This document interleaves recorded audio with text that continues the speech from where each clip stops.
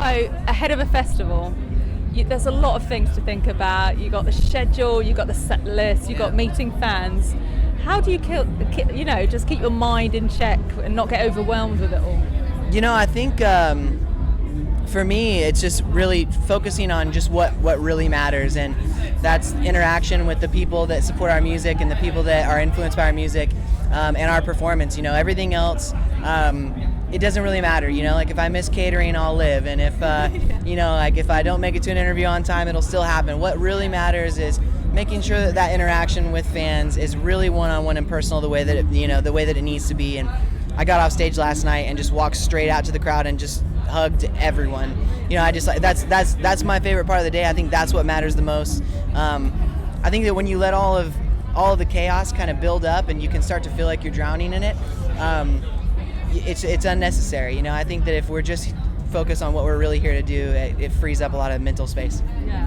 What about those days? We all have them where you wake up and you're not really feeling up to it. You want to just hide in your room with the curtains closed, but you've got to go out and speak to people like me. You've got to speak to fans. How do you deal with that? Do you cancel everything? Do you just go for it? What do you do?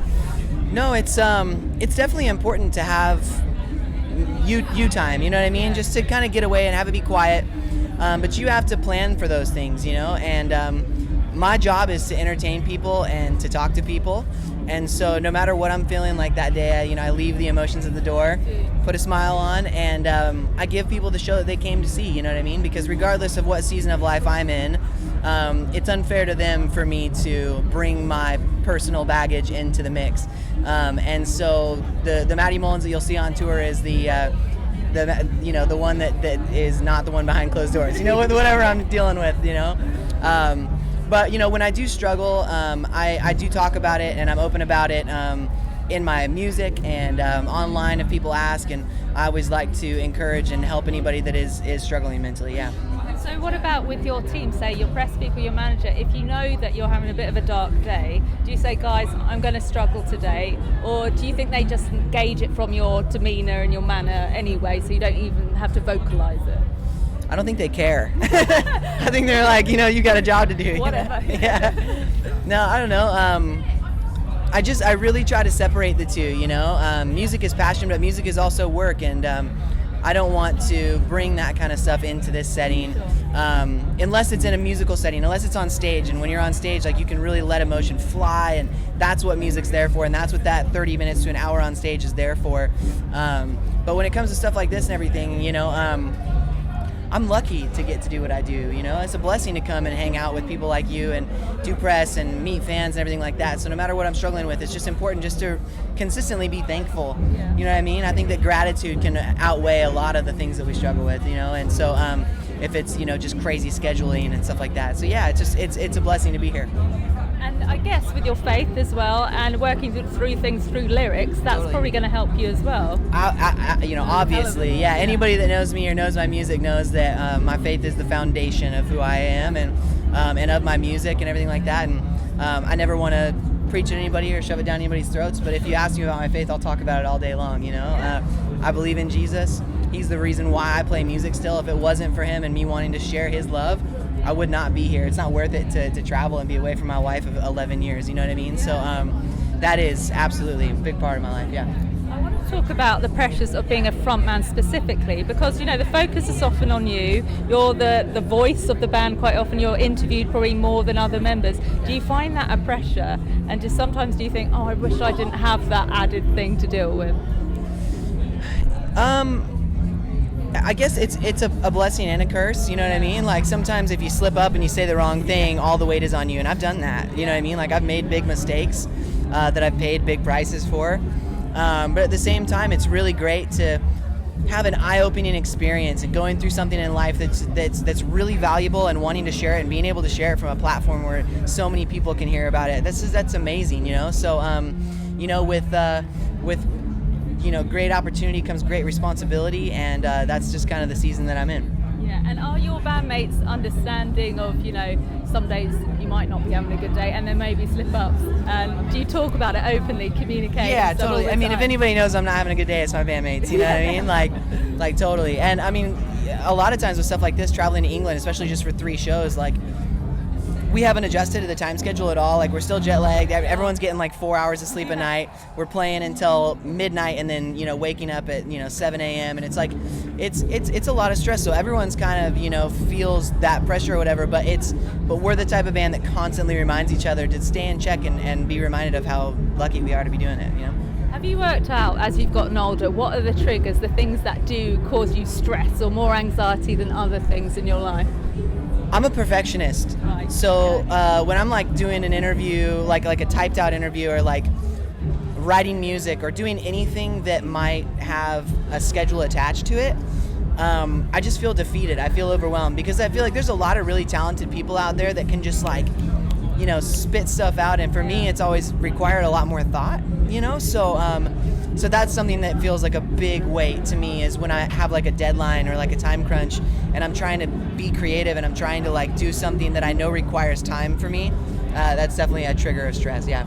And what about with everything you say? Obviously, there's a risk it's being recorded or it'll be on the internet forever. Do you tend to overthink things, like go over things in your head, have sleepless nights going, oh, I shouldn't have said that in that interview? Yeah, totally. Yeah. I mean, I'll walk away from this interview and be like, oh, I should have said something different. You know what I mean? Like, when you're in the moment and you speak, you know what I mean? Like, whatever comes to mind. But, but that we're imperfect creatures. We are. That's what's kind of awesome, is that like human beings are imperfect and it's okay to be imperfect. You know what I mean? So it's like, yeah, I'll beat myself up sometimes, but I always come back to the same thing that, like I'll screw up sometimes and it sucks that I was in the spotlight, but I kind of like it that our fans get to know that I'm a regular mistake-making person, because I think that's what people need is role models or people to look up to that they know aren't perfect, that they know aren't, are gonna make mistakes sometimes, and I'm one of those people, so. Yeah, you're relatable. You're actually what we all are. Yeah, not this perfected, edited thing. Very, very not perfect. Yeah. Now, I know that your wife has this amazing initiative that she's got that helps people that have anxiety and depression and things like that. Yeah. Has that given you an insight into what genuinely helps people that have mental health issues and what we should be doing as a society to, really combat this? Definitely. Even before Brittany started Beneath the Skin, and it's an amazing organization, I'll talk about it, but even before that, I, about 4 years ago, out of nowhere, I started having panic attacks and was struggling with anxiety and started getting really depressed, and I had no idea where it was coming from. And that was the most terrifying thing about it, was that there was no reason why it should have been happening, but it just was. And for the first time in my life, I was truly sympathetic for people that were struggling with this. I was like, wow, like when someone says they're depressed, it's not just because something didn't go their way, or it's not just situational. It's, there was actually genuinely something wrong, and it lasted for years. And I tried medication and I did therapy, and all of those things were helpful in their own right. But what I really needed to do was really dig deeper and figure out what the root of it was. And not knowing what the root of it was, what was so scary, is because I was struggling with these things, dealing with these things on a daily basis that I didn't even know existed. And it wasn't until I uncovered those things, like in therapy, like things from my childhood that I didn't know were still affecting me, and making me feel like an inadequate husband and an inadequate front man. And I didn't realize that those feelings were there until all of a sudden it all came crashing down. And I just think that for people that might not have struggled with it, it's impossible for you to understand what it's like to feel like you're in that dark hole of depression, like trying to claw your way out daily and you just can't. Or to be having panic attacks and all you can think about is the next time you're gonna have a panic attack. And it affected everything in my life. It stripped me of all my confidence, and it was the toughest season of my life, but it also gave me this understanding to be able to help people all over the world that are struggling with these things. And also, it was a season in my life where I was reaching out and really digging into my relationship with God in a whole new way. That wasn't just my parents' relationship with God, but it was my own, and I was really developing that, and it became such a valuable season of my life, even though it was really painful. So I'm sorry, I don't even remember what the original question was. I was just talking, but yes, my insight into anxiety and depression comes from my own dealing with it. And my wife's organization is called Beneath the Skin, and they're a mentoring program for youth and young adults who are struggling with anxiety and depression, and it's amazing. She pairs up someone who's kind of been through those things in those seasons already and is a little bit older and maybe has some advice, and just gets people away from their phones and into real one-on-one human interaction. I think it's so important because people need people, you know? I completely agree, and I think you touched on something important there, the getting away from the phones for a bit, because I think social media and technology has a lot to do with why so many It's use poisonous. them. Yeah. Poisonous, because I mean, you look for acceptance in, you know, the double tap of a photo or a comment to reinforce whatever it is that you think about yourself, and it's so unhealthy, you know what I mean? Like, we're beautifully and wonderfully made, every single person, every human being, no matter what you look like or no matter where you come from or no matter how much money you have. It's like everyone is made beautifully, and one person can destroy that just because they are unhappy with themselves, you know what I mean? Like, hurt people, and that happens on the internet all the time, and it just becomes this poisonous thing, to the point where I've just completely stopped like reading comments and looking at comments, everything like that. Okay, that's how you deal with it. You just like block it off. I don't want that. I mean, I with my Instagram and stuff, like people that I connect with on social media that way, that's important to me. Those are like fans that I really genuinely have a connection with. But when it comes to stuff like, you know, album reviews or like YouTube comments and stuff like that, where it's literally just like keyboard warriors that are just, I mean, it's so invalid and it's so unnecessary that it's a waste of my time to read it. Whether it's positive or negative, it really is just like a waste of my time, because I don't need the reinforcement. I did the best I could do, and I don't need the negative comments because no one needs that, you know. And I think the internet is poisonous. Unfortunately, it's also an incredible tool to market music and to share art, and so it's like the yin and the yang, you know. It's a necessary evil that you've got to be on, but don't particularly love it. Absolutely. Yeah. Now, what else could we be doing? Because I feel like people like you and your wife, we're raising awareness of mental health, and I think people are getting to know more about it, but we're not necessarily coming up with many solutions like worldwide, like big scale. What do you think, if you were, say, like Prime Minister or President, what would you put in, you know, the curriculum, for instance? Or I just think that it needs to be talked about in a way that doesn't make it seem like there's something wrong with it. You know what I mean? Like, we Hollywood and media has made like therapy and mental illness seem like such it makes it seem like it's something for crazy people, and it's like, oh, that's not, I don't deal with that and everything. But I think everybody can use counseling. I think everybody should be in therapy, and everyone should be talking about the things that they struggle with. So the craziest thing, when I was having panic attacks, I didn't want to talk about it, and I didn't want to admit it to anybody, especially to myself. And the first thing that helped me was I ordered this CD from an infomercial that was like, are you struggling with anxiety? And I was like, I'll do anything. Like, I ordered a friggin' infomercial thing, right? And it came, and what it was a microphone in the middle of a room with a group of people sitting in a circle around it talking about what it's like to have a panic attack. And it was the first thing that actually helped me. Like, I wanted to run from it and I didn't want to talk about it, but hearing about other people that were struggling with it brought so much comfort to me, because I realized that I wasn't alone. Yeah. And that's the key. It's like, we as human beings, we try to numb our pain, or we try to medicate our pain, or we try to run from our pain. But our pain it's an important part of life, and it should be acknowledged, and it should be talked about, and we should learn from it, and we should learn from each other's pain. And so when I finally started talking about it, it was like a math problem in high school. It's like, you can't figure it out, and it's the hardest thing in the world, but then as soon as you start to talk to the teacher about it, it starts to make sense in your head. I think that God created us that way. I think He created us to speak our problems out, and to be in community with one another, and to have fellowship. And I think that we've missed that part with mental health. And I think that if one thing is to change in the world, I think that it should just not be frowned upon to talk about it anymore. That it shouldn't be an awkward conversation. That it should be like, man, I'm struggling, and your friends should be like right there to help you, or school counselors could be right there to help you, and not so quick to just throw antidepressants at people. You know what I mean? Like, they are helpful, and absolutely in a lot of situations it is necessary, but not so quick to just do medication, but to really just maybe get to know the person first and understand their issue, and maybe there's other ways that can help. I agree, because I think when I went to therapy, as we got talking, I had so many of those eureka moments where you're like, Yeah. oh, that's why I do Yeah. that. And I think everyone would have those moments and understand more about themselves and why they behave like they do, why they gravitate towards certain people. Yeah. I think we could learn so much about ourselves. It's so true. And then understand other people better because of that. And it's funny, I mean, your therapist doesn't even have to say anything. You know what I mean? Like, you could just be talking, and it would, and it just, all of a sudden you realize these things, and that's, I genuinely think that's how we're wired. I think that we need to be communicating our problems. And then we make the connections, we connect the dots, don't we? Yeah. Yeah. I'm thinking about it now. It's awesome, yeah. Oh, yeah. It's awesome. What do you do? Are you a therapist? No, I'm a YouTuber, but I mainly do music, but also mental health stuff, because That's awesome. I just think there's so many YouTubers doing like beauty tutorials, Yeah. but I just want to do something that, you know, does something. Totally. You help. seem like you'd be an incredible therapist. Do you know, I think I would take it on too much. I get take it. it home with me I and get worry it. about all my Trust me, I get it. patients. Yeah, like you feel deeply. I get it.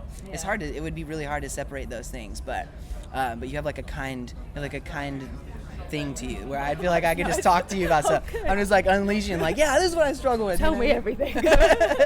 Yeah, but that's awesome. I think this is the first interview that I've done like this on this trip, and I appreciate what you're doing. That's very cool. Good. What about, say, when your fans come to you with deep things and they want to share stuff, do you take that on as well? Do you worry about those ones that have told you really worrying stories or Yeah. told you they're struggling? Yeah. Yeah, there was a whole season where I stopped reading letters from fans, like, for months, because I just started to hold the weight. And I started to believe that if I didn't write the next song that helped them, maybe they would end their life. What And a pressure.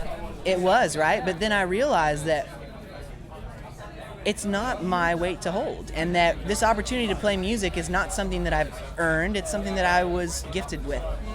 There are so many other people out there that are more talented than me and have worked harder than me that deserve this more. And not to say that I haven't worked hard, because I have, but to say that this is a gift. You know what I mean? And what's really important is to realize that I think that God is using our music to speak to people through our music, and it's not my. I don't have to hold the weight of the world on my shoulders, you know?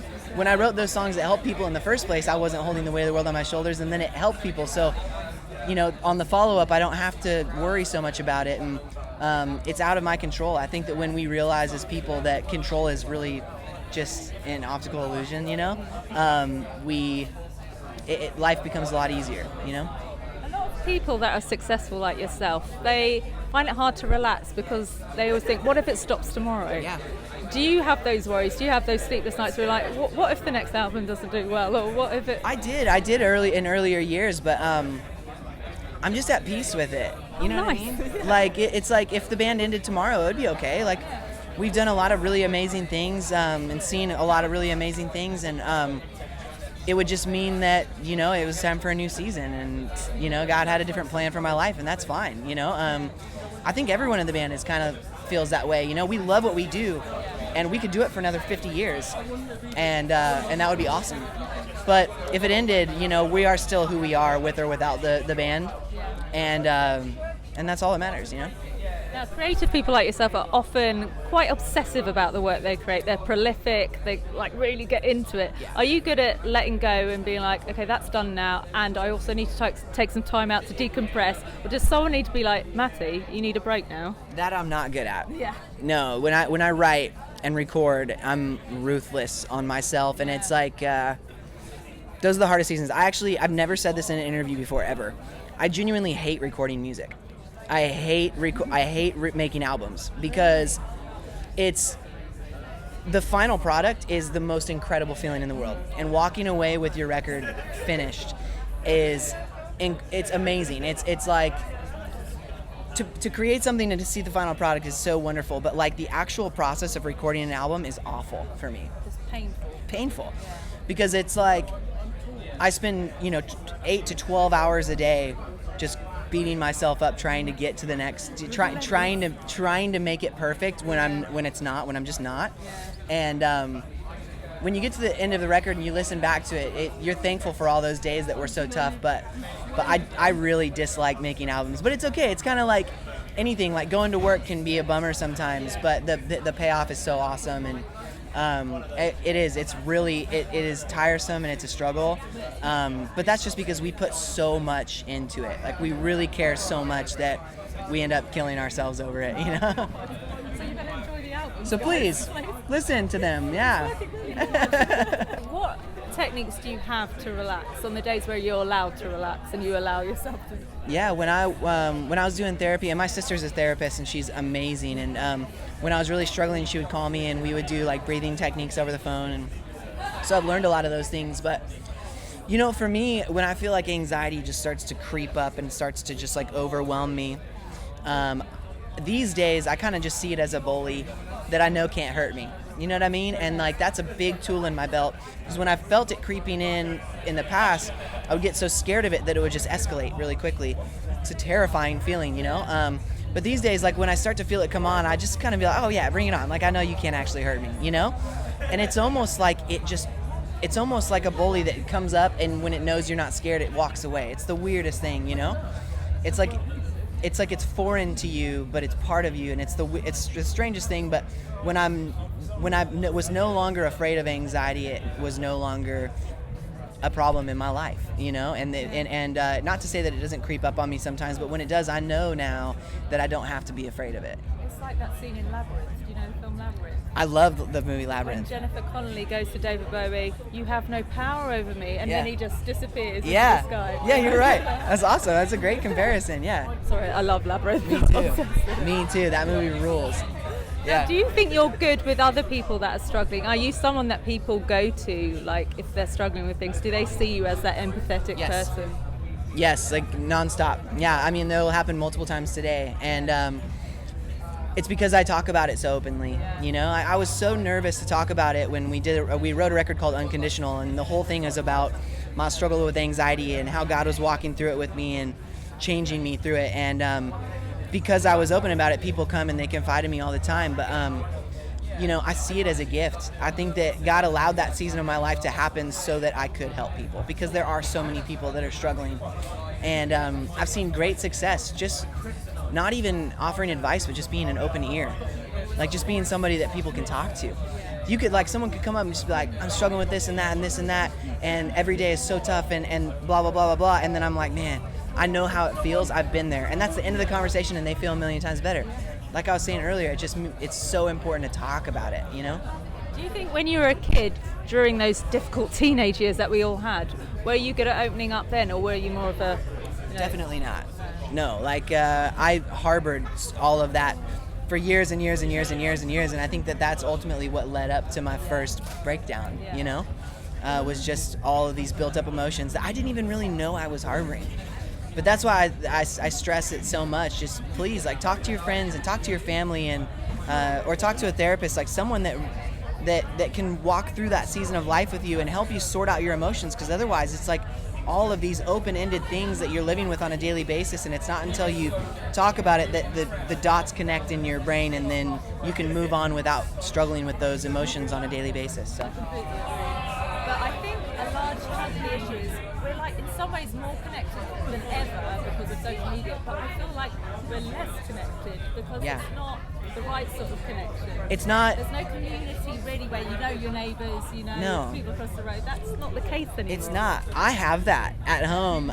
For the first time in my entire life, I live in proximity of like 30 friends, my wife and I, and we have this really strong community that is constantly in communication and constantly there for each other. And it's been the biggest blessing in my life. I can't say that anything positive like that has ever come from my Instagram or my Facebook. You know what I mean? Even if somebody compliments you, you can have a million compliments and it all goes away with one negative comment. And it's like, you need real people in your life to be there to be like, hey man, that's not who you are. What they said, that's not who you are. I'll tell you who you are. You're valuable. You're loved by me. You're loved by them. And you really matter, no matter what. Whether you fail or whether you succeed. That's so important. And it can't be through a direct message. No. You know? I think we've got that sort of perspective because we're slightly above that generation. Yeah. I worry that the lower generation that are like born into the social media world, they don't have that sort of rationale about it all, and that's the fear, isn't it? I worry, you know what I mean? Yeah. Like that that one-on-one interaction is not valued as much as it should be. But what are you going to do? You know what I mean? What are we going to do? Like Let's think about it. The internet and social media is not going away. So all that we can do is do things like this and hopefully encourage people to get away from their phones for a minute and put it down and realize that what's being said in the digital world, it does not matter. It's your family and your friends and the people that you're close with. And even aside from them, just what you know is true about yourself is that just because you were born, you have purpose. Like, just because you breathe, you have purpose. You have an identity. You have meaning. Just because you're alive. That's enough, you know? Yeah. And so, yeah. That's a lovely way to end, actually, Cool. with that positive note. Yeah. So, guys, keep going. You got this. Get off your phones every now and again. Thanks for watching, guys. Bye. Thank you so much for